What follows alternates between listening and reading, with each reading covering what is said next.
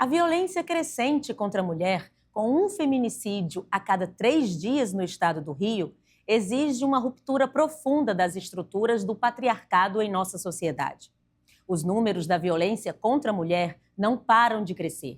Entre 2013 e 2023, mais de 47 mil mulheres foram assassinadas, de acordo com o último levantamento do Atlas da Violência. E apesar do Brasil ter registrado, em 2023, o menor número de homicídios, a taxa de assassinatos de mulheres se manteve estável. Neste ano, quase 4 mil mulheres foram assassinadas. No estado do Rio, uma mulher é morta a cada 72 horas vítima de feminicídio, de acordo com o Instituto de Segurança Pública. Há 10 anos, entrava em vigor a Lei do Feminicídio, que alterou o Código Penal e estabeleceu o feminicídio como crime hediondo. Para falar sobre o assunto, a gente recebe aqui no programa Toda Mulher a delegada Bárbara Lomba, que é titular da Delegacia de Atendimento à Mulher do Centro, Rafael Vanderlei, CEO da startup Direito Ágil e criador do aplicativo Maria da Penha Virtual, e também a Rosana Santana, presidente da ONG Recomeçar. Olá! Primeiramente, gostaria de agradecer a presença, de todos vocês para falar de um tema que, infelizmente, ele está sempre na mídia, A gente está sempre falando de feminicídio, das medidas que devemos tomar, dos meios para denúncia desse crime, mas os dados não mentem. Infelizmente, o número de casos de feminicídio no Brasil, no estado do Rio de Janeiro, não param de crescer. E é justamente por isso que a gente propõe essa troca, de vocês, profissionais, para justificar ou entender por que os casos não param de crescer, infelizmente. E eu gostaria de começar com você, Bárbara. Primeiramente, seja muito bem-vinda mais uma vez. Nomear esse crime, primeiro, é muito importante, Mas para quem está nos assistindo, se resta alguma dúvida do que se trata o crime de feminicídio, o que caracteriza? O feminicídio é um crime que precisou de muita luta para ser nomeado, Esse fenômeno, feminicídio, que é a morte violenta de mulheres, por uma única e exclusiva razão, pelo fato das vítimas serem mulheres. A gente já punia, já considerava como crime o homicídio, a morte, matar alguém, mas para que se fosse nomeado a prática como feminicídio, precisou de realmente muita luta do movimento feminista, da sociedade civil organizada, E o feminicídio foi tipificado autonomamente primeiro como qualificadora do homicídio, como se fosse um agravamento da pena, um tipo derivado do homicídio, mas qualificando, aumentando a pena do homicídio. E depois, agora, recentemente, em outubro de 2024, ele foi modificado novamente o Código Penal, e o feminicídio está como a gente fala, tipo penal autônomo, no artigo 121A do Código Penal, e lá é especificado que é matar uma mulher por razões da condição do sexo feminino. E aí é legal a gente fazer um esclarecimento de que, na verdade, a mulher é morta por condições do gênero feminino. Então, qualquer mulher que for morta por essa condição, por ser mulher, mesmo a mulher trans, por exemplo, ela vai ser vítima de feminicídio. E aí nós temos duas possibilidades dentro desse conceito de feminicídio, que, na verdade, é um crime direcionado a mulheres, e a gente pode dizer por misoginia ou ódio à mulher, Uma dentro do contexto de violência doméstica e familiar. Então, uma hipótese do feminicídio é a prática do crime no contexto de violência doméstica e familiar, e a outra é por realmente menosprezo à condição feminina fora das relações íntimas. Então, é preciso que se diga que o feminicídio ele pode ser praticado, sim, fora do contexto de violência doméstica e familiar. Então, há feminicidas, há autores de feminicídio que são desconhecidos da vítima. Então, é bem importante pontuar e mostrar essa crescente, recente, né? Porque você falou 2024. Tipo autônomo, isso. Exatamente. Por que será que infelizmente, é tudo tão recente? A gente tem 10 anos da Lei Maria da Penha, mas os números, por mais que se aperfeiçoem, por mais das alterações no Código Penal, né, procurando penalizar de forma mais eficaz esses homicídios, os números eles continuam crescendo. É um desafio. A violência contra a mulher é algo desafiador para as autoridades, para o poder público, para a própria sociedade, porque os números realmente eles vão de encontro aos mecanismos legais. A Lei Maria da Penha é uma lei extremamente avançada, uma lei que garante muitos direitos, é uma lei que realmente está à frente. O Brasil se colocou muito bem com a promulgação dessa lei, com a publicação dessa lei, mas há desafios para a eficiência, né, para a efetividade da legislação. Porque muitas mulheres no Brasil ainda têm dificuldade de exercerem plenamente esses direitos.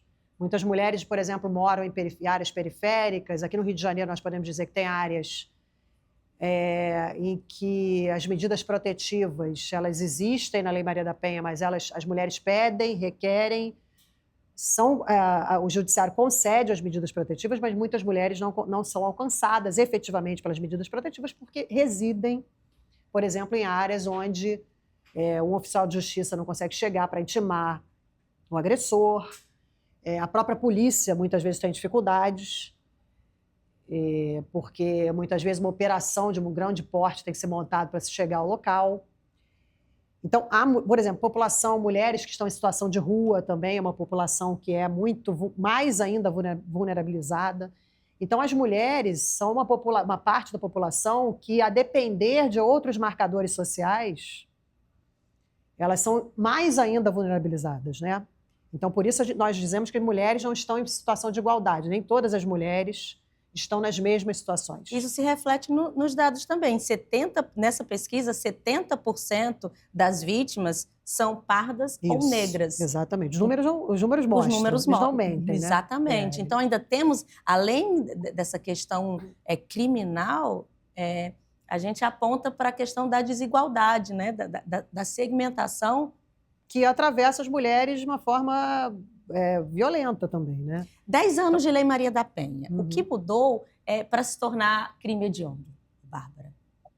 Não, a legislação do crime hediondo, ela existe desde 1990, a Lei 8.012, feminicídio, né? 8.012, enfim.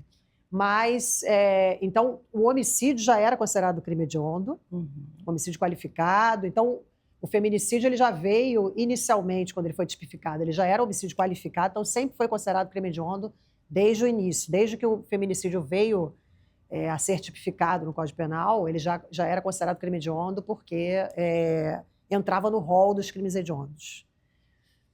Mas é isso que a gente está falando.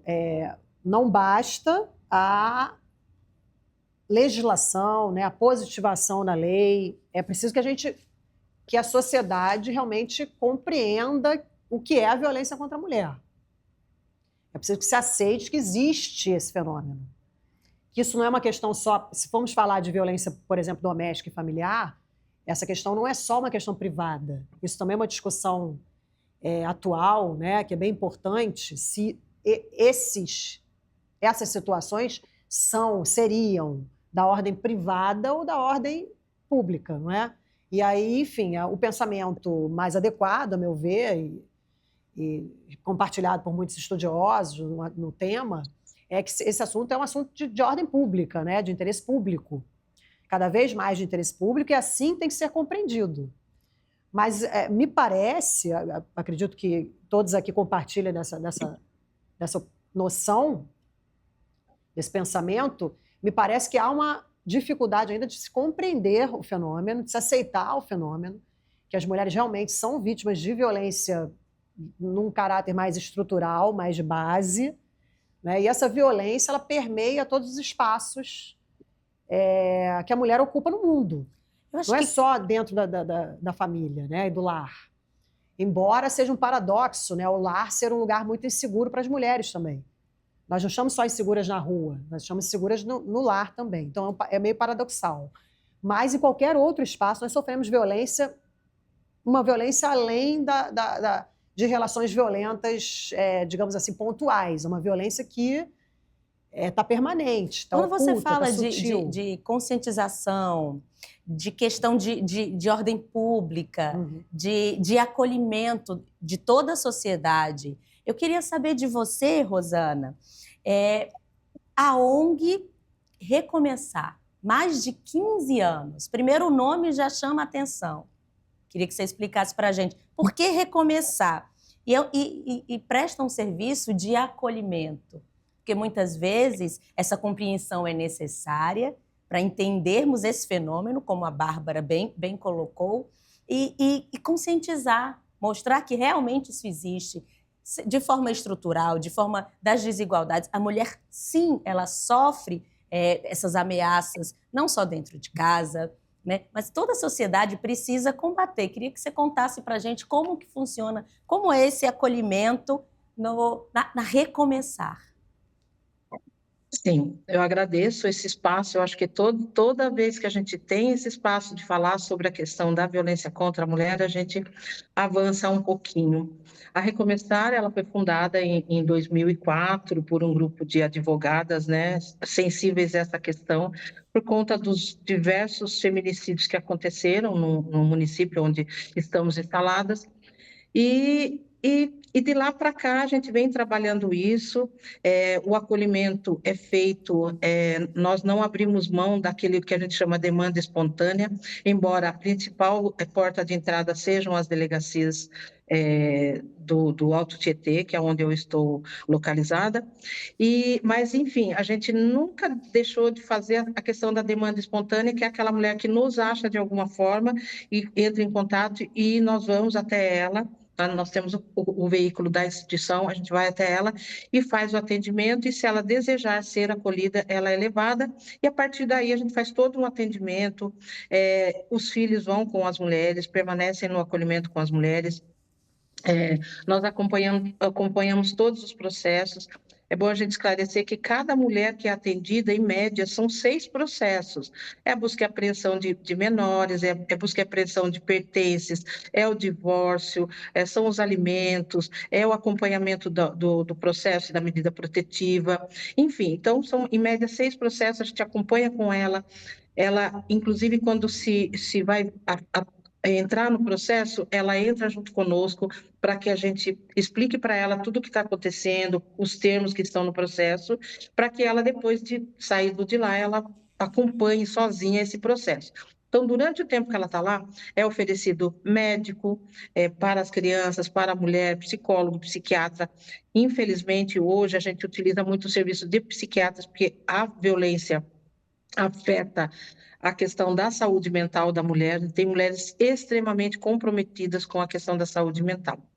E eu não gostaria de complementar o que a doutora Bárbara falou, da questão da violência, de como a gente está e do entendimento. Ainda não se aceita, ainda não se entende exatamente a violência contra a mulher, ainda se normaliza muito.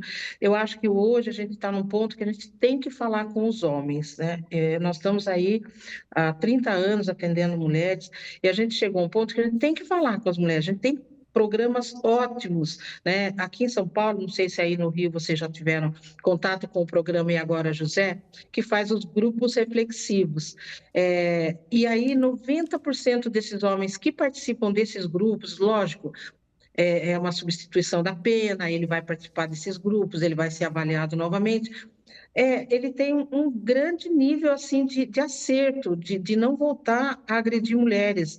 Então, eu acho que a gente hoje tem que investir nesses programas que falam com homens. A gente apaga muito fogo. A doutora Bárbara está na Delegacia da Mulher, sabe disso. Apaga muito fogo. A gente tem que investir na prevenção do crime, que a gente acaba não conseguindo ir nas comunidades, falar, fazer palestra, conversar com as mulheres, conversar com as famílias. Por quê? Porque a gente tem muito trabalho. O crime aumentou muito, o feminicídio, a violência contra a mulher aumentou demais, o nosso trabalho também, então diuturnamente. Enfim, então eu acho que hoje a gente tem que trabalhar na prevenção. E a Recomeçar está aí. O nome Recomeçar, como você falou, de todos os nomes que a gente pensou, Recomeçar foi o que mais se encaixou, porque ela recomeça novamente uma vida e a gente sabe o quanto é difícil sair do ciclo de violência. Encerrando um ciclo, né? E recomeçando e abrindo um novo ciclo. Isso é muito importante, Rosana. E pegando o finalzinho da sua frase, muito importante, da sua linha de pensamento, que é a conscientização e conscientizar os homens. E aí eu queria saber de você, Rafael, né? Como essa ferramenta tão importante, né? Seja para prevenir, seja para conscientizar, ou seja para denunciar, surgiu a ideia, né, desse aplicativo. Estamos no mundo da tecnologia, vamos usar a internet, a tecnologia a nosso favor, né? Ela veio para somar. Como surgiu, Rafael, a ideia desse aplicativo Maria da Penha Virtual? Mais uma vez, seja muito bem-vindo. Obrigado. Bom, é importante lembrar que tecnologia ela precisa ser de fácil acesso e transformar pessoas, né? Transformar vidas. Então, não pode se criar uma tecnologia que seja de fachada, que é apenas para um desejo de propaganda, né, de um órgão público, ou então para que você possa apenas destinar para um público específico. A gente viu muito isso durante a pandemia, por exemplo, em relação ao auxílio emergencial. Poucas pessoas no início conseguiam ter acesso pelo celular e acabaram indo, né, até a agência da Caixa, enfim, para conseguir o auxílio. Então, a gente precisa pensar a tecnologia acessível para todas as mulheres. Então, a gente, no início da pandemia, até um pouco antes, né, a gente já tinha pensado na solução que é o Maria da Penha Virtual, esse aplicativo que a mulher consegue pedir a protetiva online diretamente à Justiça, mas foi na pandemia, quando a gente viu no Rio uma matéria de jornal falando que aumento de 50% dos casos em relação ao período da pandemia, a gente precisou, então, criar um sistema que a própria Lei Maria da Penha já previa, ou seja, a Lei Maria da Penha, no artigo 1927, permite que a própria vítima consiga pedir a medida protetiva por conta própria. Então, se ela, por exemplo, aqui no estado do Rio, qualquer outro estado, ela for num guardanapo de papel, no papel mesmo, e escrever, o juízo, né, o juiz é obrigado a reduzir a termo aquele pedido, é um pedido legítimo. Então, a gente nada mais fez do que criar um canal digital para satisfazer um direito já previsto na Lei Maria da Penha desde 2006, que agora, recentemente, foi consolidado, né, porque você não precisa de inquérito policial, você não precisa de um crime, né, tipificado anteriormente para conseguir pedir a medida protetiva. É uma medida autônoma, isso é muito importante lembrar. Então, a própria mulher que tem medo, por exemplo, mas eu não quero naquele momento ver que aquele agressor seja perseguido, punido, eu tenho como me proteger pela protetiva. Então, a gente criou inicialmente esse aplicativo em parceria com a Faculdade Nacional de Direito da FRJ e o Tribunal de Justiça do Estado do Rio, que conseguiu abraçar esse projeto inicialmente. Hoje já está no Rio e na Paraíba, já foram mais de 10 mil mulheres atendidas, né? E, Maria, o interessante a gente trabalha como um serviço complementar. Então, tem um serviço da delegacia, como a doutora Bárbara em Niterói, tem também as ONGs, como a Rosana também, mas a gente atua e atinge mulheres que teriam muita dificuldade naquele momento de denunciar. Então, a gente sabe, por exemplo, que são mulheres que têm algum grau de deficiência, mulheres que, por exemplo, o próprio parceiro, o ex-parceiro, é uma pessoa ligada a algum crime organizado, então, às Forças Armadas, né? Ou mesmo mora numa zona rural. Então, a gente vê pelos dados do aplicativo, que depois eu posso falar em seguida melhor, são mulheres que realmente teriam dificuldade de conseguir obter aquela proteção. Por isso, a gente criou um sistema de fácil acesso, que a própria vítima já consegue dali, de imediato, já gerar um pedido automático para a justiça. Então, ela já coloca dados da própria vítima, dados do agressor, dados da agressão, ela pode relatar em áudio, em texto, e já mandar esse pedido diretamente à justiça. Então, facilita bastante esse tempo de deferimento, né? E a taxa é muito importante, muito positiva, né? De deferimento das protetivas. Doutora Bárbara, acredito que esse ponto que o Rafael tocou, da questão de por conta própria, a mulher entrar em contato através do aplicativo, mas também, quando falta conscientização, muitas vezes sobre medo, né, de procurar uma delegacia, com medo de retaliação, de perseguição. O aplicativo, esse ponto é importante também, da segurança, porque muitas vezes a gente sabe que a mulher tem a consciência e está sofrendo, mas como a Rosana falou, talvez por falta de consciência e de conhecimento das pessoas que estão ao redor, a vergonha, o medo, a impossibilidade de pedir ajuda pesa, e esse aplicativo vem a somar. O aplicativo é um mecanismo importantíssimo de acessibilidade, né, à justiça, que é algo também que as mulheres precisam muito, né, esse acesso à justiça, como a gente está propiciando acesso à justiça às pessoas, e especialmente às mulheres, que são parte da população, são parte vulnerabilizada da população, vulnerabilizada.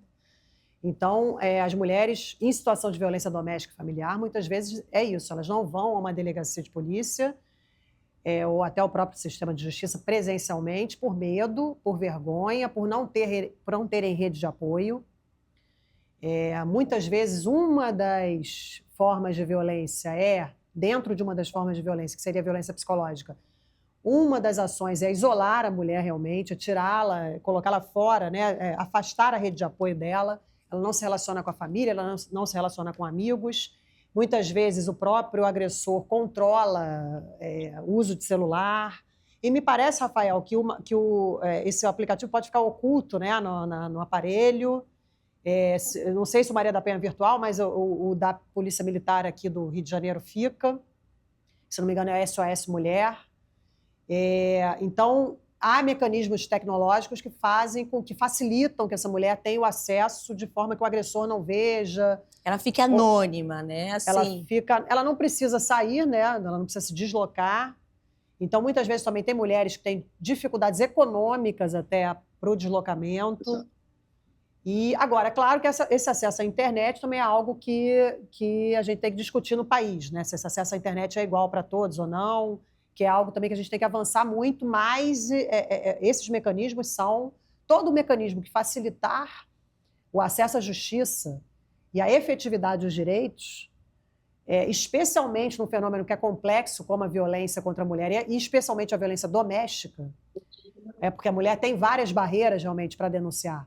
Tem várias barreiras sociais, o vínculo afetivo, né? Então, assim, ela é desmotivada em várias camadas. Para dar o pontapé inicial é muito difícil, a gente Muito percebe difícil. isso. Exatamente. Como você falou, doutora Bárbara, o feminicídio, infelizmente, se eu puder fazer uma comparação, é como se fosse o capítulo final trágico de uma sequência de violências, que começa com a psicológica, um grito mais alto, um controle do celular, um puxão no braço, e o feminicídio, infelizmente, é o capítulo final.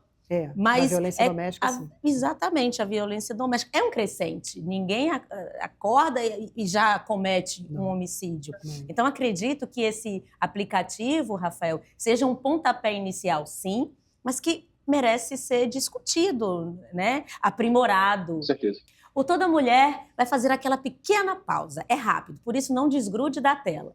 No próximo bloco, vamos falar sobre o acolhimento das vítimas, o papel das medidas protetivas, as novas tecnologias, como o Rafael bem pontuou, de denunciar e fortalecer as redes de apoio. A gente volta já.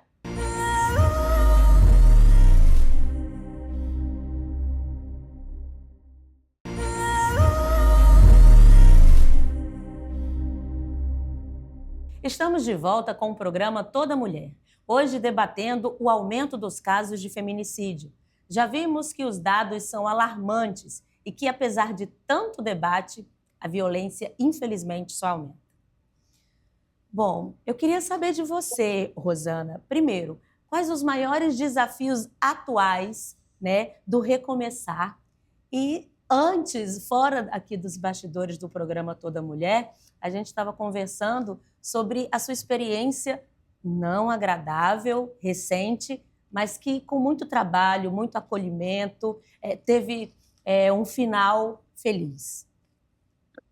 Sim, nessa madrugada nós tínhamos uma acolhida, ela foi desacolhida antes de ontem, e nessa noite o agressor entrou em contato com ela, né? Ela foi conduzida para casa, porque ele foi retirado pela medida protetiva, ele foi retirado do lar. E ela retornou para casa, ele entrou em contato ontem à noite, dizendo que ela não usufruiria da casa, que essa é uma grande questão, né, dos bens, se mata por conta dos bens. E ele disse que ela não iria usufruir da casa e que ele estava na praia, que ele iria subir e matá-la e iria se matar. A nossa coordenadora entrou em contato comigo à noite e quando ela me relatou isso e eu vi a gravação, ele dizendo que ele ia subir e iria matá-la, eu já disse para ela, entre em contato com a Patrulha Maria da Penha, que tem no município, e peça para ele ir buscá-la na casa, porque a gente não pode, a gente não vai por nossa segurança mesmo. E a patrulha foi, quando a patrulha chegou, ele já estava lá, armado, ameaçando a mulher. Enfim, foi um grande movimento da Polícia Militar junto com a Guarda Municipal para que ele fosse detido e hoje ele está, né, já está detido. Nós tivemos que levá-la para o acolhimento novamente com as crianças, porque esse momento é um momento muito traumático, principalmente para as crianças, e hoje, agora ela já está em segurança e ele está preso.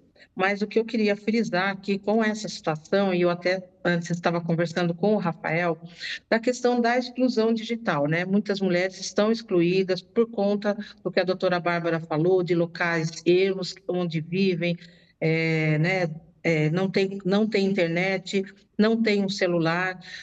A Recomeçar, a gente faz uma campanha de arrecadação de celulares. Porque a maioria das mulheres que chegam, a gente fala que literalmente chegam sem nada, com a roupa do corpo, as crianças também. Então, a gente faz uma campanha para que, quando ela seja desacolhida, ela esteja com o aplicativo do botão do pânico no celular, que ela possa entrar em contato conosco em alguma situação de perigo. Nós temos 3 telefones de plantão, 24 horas. Nós orientamos as mulheres para que entrem em contato conosco. Se o agressor estiver presente, ela apaga essa mensagem para ela e ela continua conversando conosco. Então, a gente tem todo um esquema que a gente fala, né, para que ela fale conosco em segurança. E se ela não conseguir fazer a denúncia, se a violência estiver acontecendo, se ela não conseguir acionar a Polícia Militar, nós acionamos e, em seguida, a gente vai com o carro da instituição para que, caso ela queira ser acolhida, ela venha conosco. Enfim, essa questão da exclusão digital, a questão do atendimento rápido, doutora Bárbara, isso a gente fala porque a gente vive isso dia a dia. Muitas vezes você aciona a Polícia Militar e a Polícia Militar não entende que é uma situação urgente. Você tem muitas vezes que ficar discutindo no telefone. Olha, somos advogadas, somos de uma instituição que acolhe mulheres, ela está correndo risco porque já era uma atendida nossa. Enfim, essa sensibilização, essa capacitação da Polícia Militar é algo que a gente vem discutindo, porque, infelizmente, a corporação também tem homens que são machistas e que não entendem que isso é uma prioridade. Então, acho que a gente tem muitas frentes aí, os grupos reflexivos para homens, a prevenção para falar com as mulheres que muitas vezes não entendem que ele pode matá-la.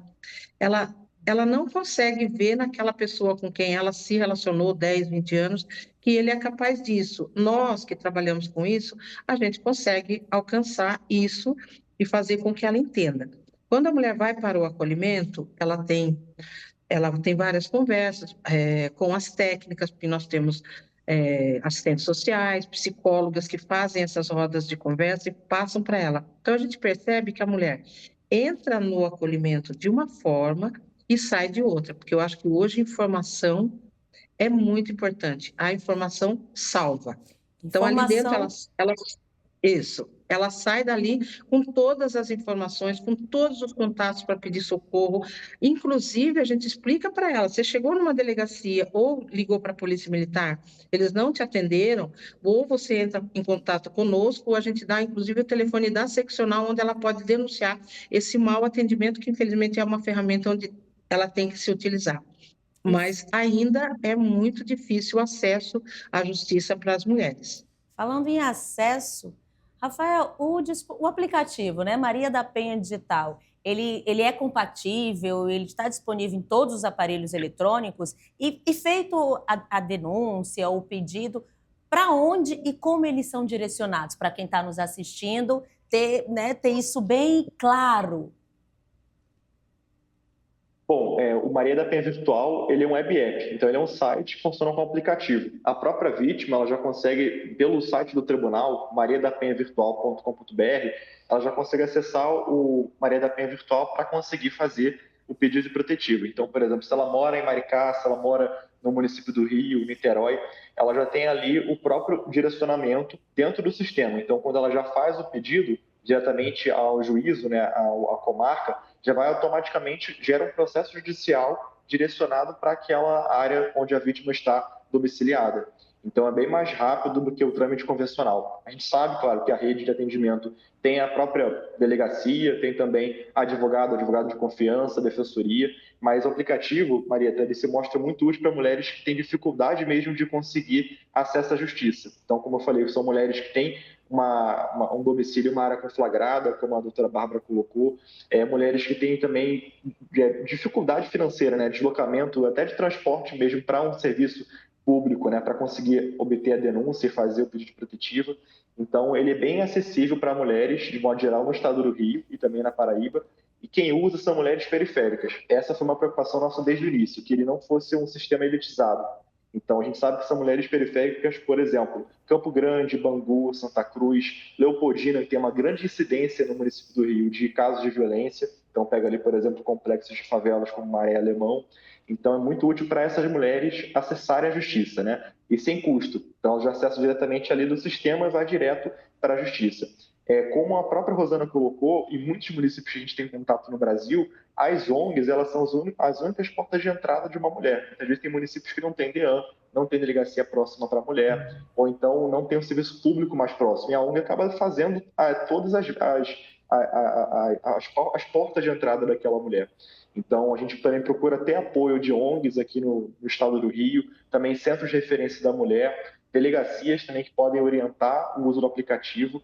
Então, é bem de fácil acesso mesmo a utilização do Maria da Penha Virtual. E a gente agora tem um outro, que é o Ela Protegida, focado para prefeituras, que a gente procura então entender como que a gente pode potencializar outros canais de acesso para acolhimento e suporte para mulheres. Não só, por exemplo, a via da Defensoria, Ministério Público, delegacia, mas também, por exemplo, os centros de referência da mulher, que muitas prefeituras já têm também o seu centro de referência, na parte do SUS também o CRAS e CREAS. Então, como é importante dar também uma transformação digital para esses equipamentos públicos, né? Daí veio a ideia do Ela Protegida para facilitar esse acolhimento das mulheres, esse suporte jurídico, social e psicológico. Muitas vezes, é importante ressaltar, as mulheres acabam tendo acesso à rede de atendimento por um programa de qualificação econômica, capacitação, ou uma oficina de artesanato, uma oficina de empreendedorismo, e dali você consegue captar aquela vítima para que ela seja assistida. Então, saia como sobrevivente, mas consiga ser assistida pela rede. O mesmo que a Rosana colocou, o trabalho de uma ONG, ou mesmo de um município, né, de um estado, esse trabalho de empreendedorismo, né, capacitação, é essencial. E, além disso, que a gente vê nos dados, né, é importante também o investimento em casas de acolhimento provisório, casas-abrigo, porque muitas mulheres têm a dependência financeira. A gente consegue extrair isso também do próprio sistema, né? A maioria são mulheres dependentes financeiramente daquele agressor. Às vezes um ex-companheiro, né, um ex-marido, e acaba que ela não tem como sair daquele ambiente, né, que a violência ela se perpetua. Por isso veio uma lei em 2023 que também cria uma medida protetiva de auxílio aluguel. É bem recente, né, ainda está também sendo regulamentada em municípios, né, que é você poder, a própria vítima, pelo Maria da Penha Virtual, já pedir o auxílio aluguel diretamente ao juízo, né, a juíza ou o juiz, para que ela tenha ali durante 6 meses um auxílio para conseguir sair daquela situação de violência, né? Sabe que a dependência financeira ela acaba sendo um obstáculo muito grande para mulheres. Então, daí, articular toda a rede, né? Então, município, estado, governo federal também. Temos aí também a entrada de Casa da Mulher Brasileira em muitos estados, né? Inclusive agora no Rio, com essa perspectiva mais próxima. E também investir muito, que a Rosana colocou, perspectiva de gênero. Então, todos os órgãos terem uma perspectiva de gênero para conseguir tratar muito bem uma investigação em caso de violência, acolher aquela mulher. Tem uma nova lei também que obriga que as DEANs funcionem 24 horas e tenham preferencialmente uma sala reservada, né, com atendimento por uma policial mulher. Então, como a gente tem agora uma profusão mesmo, uma abundância de leis que trabalham com essa perspectiva de acolher melhor essa mulher, mas também é importante olhar para a política pública da rua, né? Então, a servidora que vai atender aquela vítima, no próprio órgão, na própria empresa também. Então, programas de capacitação são essenciais também para as empresas, né? Então, a gente Ações trabalha muito nessa área conjuntas, de né? tecnologia. Exato, exatamente. Ações conjuntas. Doutora Bárbara, a gente ainda identifica ou percebe quando é noticiado algum caso de agressão, que muitas vezes os agressores parecem não ter medo de serem punidos. Eles cometem as agressões na frente das câmeras, a gente vê muito em elevador, né? Em locais públicos e até mesmo dentro de casa, na frente dos filhos. Ainda segundo o levantamento do INSPE, 84% dos casos de agressões, até mesmo de feminicídios, infelizmente, eles são cometidos na frente dos próprios filhos. O que precisa ser feito? Sim, pois é, parece... É complexo. Muito. Parece que passa pelo que a gente estava falando aqui. É preciso que haja uma compreensão coletiva de que essa questão da violência contra a mulher, principalmente a doméstica e a familiar, ela é uma questão do interesse geral e não privado. O que parece ainda prevalecer como foi dito aqui, as próprias instituições ainda às vezes não compreendem, a mulher é revitimizada muitas vezes, muitas mulheres ainda não são totalmente alcançadas pelos mecanismos legais de proteção. Então, ainda parece que se está diante de uma questão privada, uma questão íntima só do que acontece dentro de casa, e aí isso pode realmente... As penas também não são penas muito, muito altas, não é? Quando tem uma prisão, por exemplo, ou até uma condenação pelos crimes. Não é possível se estabelecer penas muito altas, a não ser no feminicídio. Então, há ainda uma compreensão, muitas vezes, por parte dos próprios agressores, que isso é uma questão de marido e mulher, né?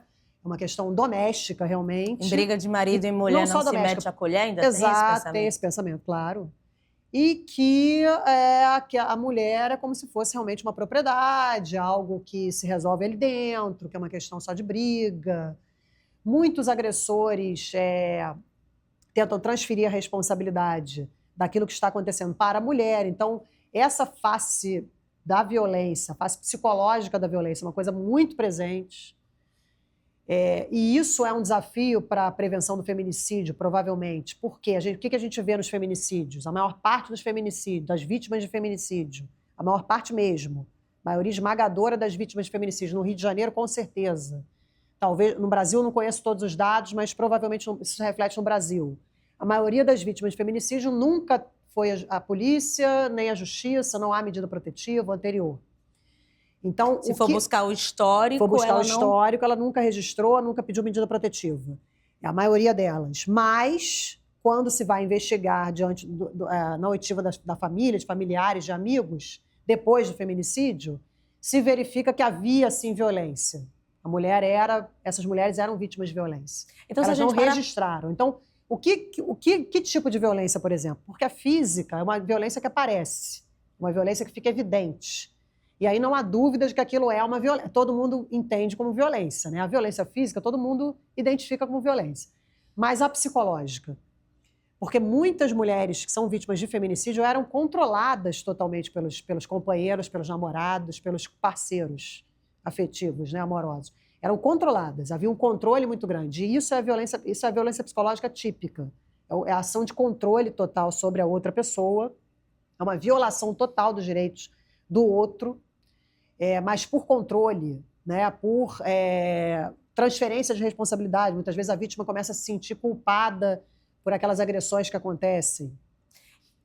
Então, isso confunde a vítima. Muitas vezes a vítima não identifica essa situação como violência, e isso é uma barreira para que ela vá registrar. E muitas vezes não há rede de apoio também, porque ela é isolada, porque a família também não compreende isso como violência, as próprias instituições não compreendem essa questão como violência. Era isso que eu ia perguntar, doutora Bárbara. Falando em rede de apoio, né? Você falou que muitas vezes a maioria esmagadora vítimas de feminicídio não tem registros de denúncias. Isso. A rede de apoio, quem está nos assistindo, se percebe, se sabe, se eu conheço, como a gente também denunciar, como a gente também se posicionar a favor de conscientizar uma mulher que ela sim ela está sofrendo algum tipo de violência que pode, infelizmente, chegar ao feminicídio. A rede de apoio, na minha visão, é o fator determinante de uma mulher ficar viva ou seguir para o desfecho letal dentro do ciclo da violência. A gente vai falando de situações domésticas, familiares, dentro do âmbito das relações íntimas. Porque, como você bem disse, Maria, todos aqui disseram, há um ciclo e há um agravamento de violências. Essa violência ela começa normalmente com só uma tensão, uma grosseria, um tratamento diferenciado, e aí depois começa essa manipulação, esse controle, pode ir para físico ou não, mas vai escalando e chega no feminicídio. Muitas vezes, quando a vítima tenta romper a relação, quando ela começa a querer romper a relação. Então, a rede de apoio, qualquer rede de apoio, é o grande diferencial. Quanto mais isolada essa vítima tiver, mais chance vai ter dela morrer, dela permanecer naquela relação, ela não sair, ela não entender aquilo como uma violência contra ela e ela acabar sendo, na hora que ela tentar talvez sair ou ela contrariar o agressor, ela pode ser morta. Então, qualquer pessoa do relacionamento, essa vítima, por exemplo, o papel das religiões, das instituições religiosas é muito importante, porque muitas vezes a vítima só consegue conviver num meio religioso, muitas vezes o agressor só permite que a vítima socialize nesse ambiente religioso. Muitas vezes o líder, vamos dizer assim, religioso, consegue acesso à casa da vítima e outras pessoas não conseguem. Então, há também estudos sobre o papel dessas instituições religiosas e, a depender da atuação dessas instituições, a violência pode ser agravada ou atenuada, a depender de como se conduza isso. Então, por exemplo, se a vítima tem uma religião, a gente faz um apelo aqui para que as religiões, as instituições religiosas, de forma alguma tolerem que a mulher permaneça numa situação dessa. Né? Ao contrário, que reforcem que isso é um crime, que isso pode ser crime, que isso é uma situação que não é aceitável e que ela pode sim denunciar. Então, a família também. Porque eu acho que essa linha muito tênue, desculpa só tenha. interromper você, doutora Bárbara, porque essa linha, na minha percepção, é muito tênue. Como a Rosana falou, muitas vezes quem está no meio não percebe. Por isso que a rede de apoio, até que ponto é um mau humor, ele ficou chateado com alguma coisa ou já é uma agressão? E aí, Rosana, como que funciona essa abordagem de vocês? Né? Muitas vezes a mulher vai denunciar, vocês percebem que é muito mais grave do que ela pode imaginar e às vezes elas desistem. Quais são os maiores desafios? Porque às vezes a mulher pode dar o primeiro passo e depois se arrepender. Isso acontece? O que acontece?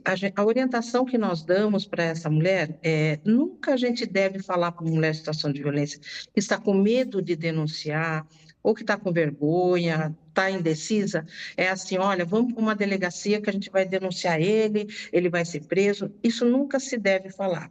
Eu acho que o que a gente faz é o seguinte, vamos para a instituição, vamos lá, você vai conversar com uma assistente social ou com uma psicóloga, a gente vai orientar, nós vamos fazer tudo de acordo com aquilo que você decidir, a decisão é sua. Eu acho que fazer com que ela seja inserida em toda essa decisão, essa conversa é muito importante. Aí até que ela se fortaleça para isso. E uma coisa um recado que eu acho que tem que ficar dessa nossa conversa aqui é nunca desistir de uma mulher em situação de violência, porque a gente sabe que a família fica esgotada, muitas vezes realmente acaba desistindo, os vizinhos, e a gente nunca deve desistir. Eu nunca desisto e eu dou esse conselho para todos. Eu tive um caso de uma família que teve a violência durante mais de 3 anos, né? E como eram meus vizinhos, eu sempre acionei a polícia, sempre pedi para a polícia adentrar a casa, ela acabava desistindo, no dia seguinte ela vinha me pedir desculpa, porque ele obrigava ela a pedir desculpa, e eu falava para ela, não precisa me pedir desculpa, se acontecer novamente, eu vou acionar a polícia novamente e vou fazer o que eu tenho que fazer, mas não precisa me pedir. Depois de 3 anos, um dia ela apareceu no meu portão, foi pedir desculpa, eu falei, não precisa, eu já te disse isso. Ela disse, não, hoje eu vim agradecer porque você nunca desistiu de mim. e hoje eu estou me divorciando, já estou no meu processo de divórcio. Hoje ela está divorciada, os filhos estão tranquilos. Então, eu acho que não desistir é isso, porque é muito difícil atender uma mulher com depressão por conta da violência, ela é repetitiva, ela muitas vezes se revitimiza várias vezes, culpa às vezes as pessoas que não ajudam ela, mas eu acho que é o nosso papel que temos um entendimento maior de fazer com que ela se empodere por informação, pela coragem mesmo de denunciar e saber que ela tem alguém que vai estar junto com ela. Falando em acolhimento, eu queria deixar registrado aqui para você que está nos assistindo, que aqui na Assembleia Legislativa do Estado do Rio de Janeiro, nós temos a Sala Lilás, né, que foi inaugurada em 2023, que é um espaço de acolhimento, né, acolhimento qualificado e humanizado para mulheres que sofrem qualquer tipo de violência. Ela fica no 23º andar, é a Sala 2320. É importante registrar porque os canais de acolhimento são fundamentais. Então, Rafael, para encerrar, gostaria de agradecer mais uma vez e as suas considerações finais, por favor. Então, obrigado, Maria. Foi um prazer mesmo poder apresentar aqui o nosso trabalho da Direito Ágil. É um trabalho de contínuo, né, de capacitação também, de uso da tecnologia para que a gente possa transformar vidas, né? Acho que esse é o grande resultado que a gente procura atingir. Permitir que mulheres consigam superar o grau de violência doméstica, violência de gênero como um todo, mas também a gente poder ter pela tecnologia, de fato, né, um meio para que ela consiga pedir protetiva de forma mais acessível. E também agora com ela protegida para ser acolhida e fortalecer, né, equipamentos públicos que já atuam com as mulheres. Esse é o grande objetivo nosso, né? Então, facilitar todo esse trabalho da rede de atendimento. Como você colocou, a LERJ tem a sala Lilás, a delegacia também tem uma área também específica para atendimento, tem sala Lilás também em MLs, né, que você pode procurar também tendo o BO para fazer o exame pericial. Então tem toda uma rede, né, os centros de referência que estão à disposição para atender essas mulheres e que a gente evite essa escalada da violência, que a mulher procura ajuda quando é mais difícil ter a proteção. Então, parabenizar também a doutora Bárbara pelo trabalho, Rosana também. E quem quiser depois saber um pouco mais do nosso trabalho, redes sociais, e deixo também aqui o Guia Ela Protegida, que é um guia informativo, em linguagem simples, sobre direito das mulheres, um guia online para poder, enfim, informar mais as mulheres. Obrigado pela oportunidade. Muito importante e necessário, Rafael. Doutora Bárbara, muito obrigada mais uma vez pela sua disponibilidade, por todos os esclarecimentos. E eu tenho certeza que quem está nos assistindo se lembrou de alguém. Compartilhar é muito, muito importante. Suas considerações finais, por favor. Eu que agradeço estar aqui presente falando desse tema tão importante. Quanto mais a gente falar, melhor. Como a Rosana falou, as informações têm que chegar às vítimas e a toda a sociedade, porque quanto mais nós esclarecermos do que se trata a violência de gênero e a violência contra a mulher em qualquer espaço, mais a gente vai conquistar, né? Então, campanhas, as instituições estarem envolvidas, e esse trabalho também multissetorial muito importante, né? Foi falado aqui da rede de apoio, e muitas vezes a mulher não vai diretamente à delegacia, ela vai para um centro de referência, ela fala na família, ela fala na igreja, né? na congregação religiosa dela. Então, quanto mais houver pulverizado essa necessidade do acolhimento, do direcionamento, respeitando a autonomia de vontade da mulher, porque é complexo o fenômeno, mais a gente vai ter êxito, mas sempre esclarecendo de que se trata de violência, sim, e esclarecendo quais são as formas de violência, né? Que a violência psicológica é uma forma muito importante de violência, muito grave já, que pode ser grave já, a pessoa pode estar numa situação já grave sem perceber. Então, nunca, mesmo não sendo mais um fator de agressão à mulher, mesmo não sendo assim, alertar sobre o fenômeno como um todo. Não falando da situação pontual dela, mas sempre ressaltando que a violência é algo presente no meio social e que as mulheres são, sim, uma população vulnerabilizada que sofre discriminação, que não tem direitos iguais, né? Embora as legislações digam que sim, a Constituição garanta, mas efetivamente nós ainda não temos. Então é preciso que todos tenham consciência disso. Muito obrigada. Rosana, antes das suas considerações finais, que você continue com essa disposição, com esse sorriso sereno, falando de coisa tão séria, né? Que a Recomeçar atenda cada vez mais mulheres, que seja um conforto, né? Também para a rede de apoio, para poder dizer, dar aquele alerta para todas as mulheres que violência é crime, a gente não deve se calar, a gente tem que denunciar. Suas considerações finais, por gentileza. Eu preciso agradecer o espaço de estar falando mais uma vez, porque, como a gente falou, a informação é super importante. Dizer que a Recomeçar está lá no Instagram, ONG Recomeçar, tem o coraçãozinho e a mulher com as crianças, então dá para identificar. Dar um recado para as mulheres que vão assistir a gente.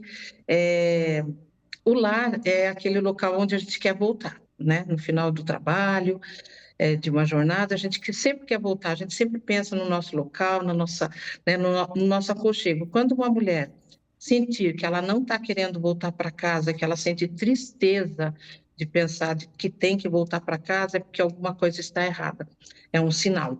Então, procure uma instituição que trabalhe com mulheres, porque trabalhar com quem é profissional, que entende essa situação, faz toda a diferença. Procure um CRAS, um CREAS e até uma delegacia, se for o caso. E a Recomeçar está aqui, continuamos com o trabalho, enquanto tivermos vida, vamos continuando aí com toda essa parceria das delegadas, instrumentalizar as delegacias da mulher, que a gente sabe que também precisam, né? A Lei Maria da Penha, ela não foi implementada totalmente, principalmente nas delegacias que precisam de técnicos como assistente social e psicólogos, e a gente sabe que não tem, e a mulher chega totalmente desestruturada, às vezes não consegue se entender o que ela está falando, então ter esses profissionais nas delegacias seria muito importante, mas a gente segue lutando também por políticas públicas para as mulheres que vai salvar essas vidas. Obrigada. Mais uma vez, muito obrigada. Feminicídio não pode ser mais tratado como um dado distante. É uma tragédia real, cotidiana, que atinge famílias inteiras. Se você está em situação de risco, não hesite. Ligue 180 para a Central de Atendimento à Mulher, 190 para emergências, ou Disque 100 para denunciar violações de direitos humanos. Procure a delegacia de atendimento à mulher mais próxima. Peça ajuda, rompa o silêncio. Agradecemos mais uma vez aos convidados por suas vozes e o trabalho incansável. E a você, que ficou com a gente até agora.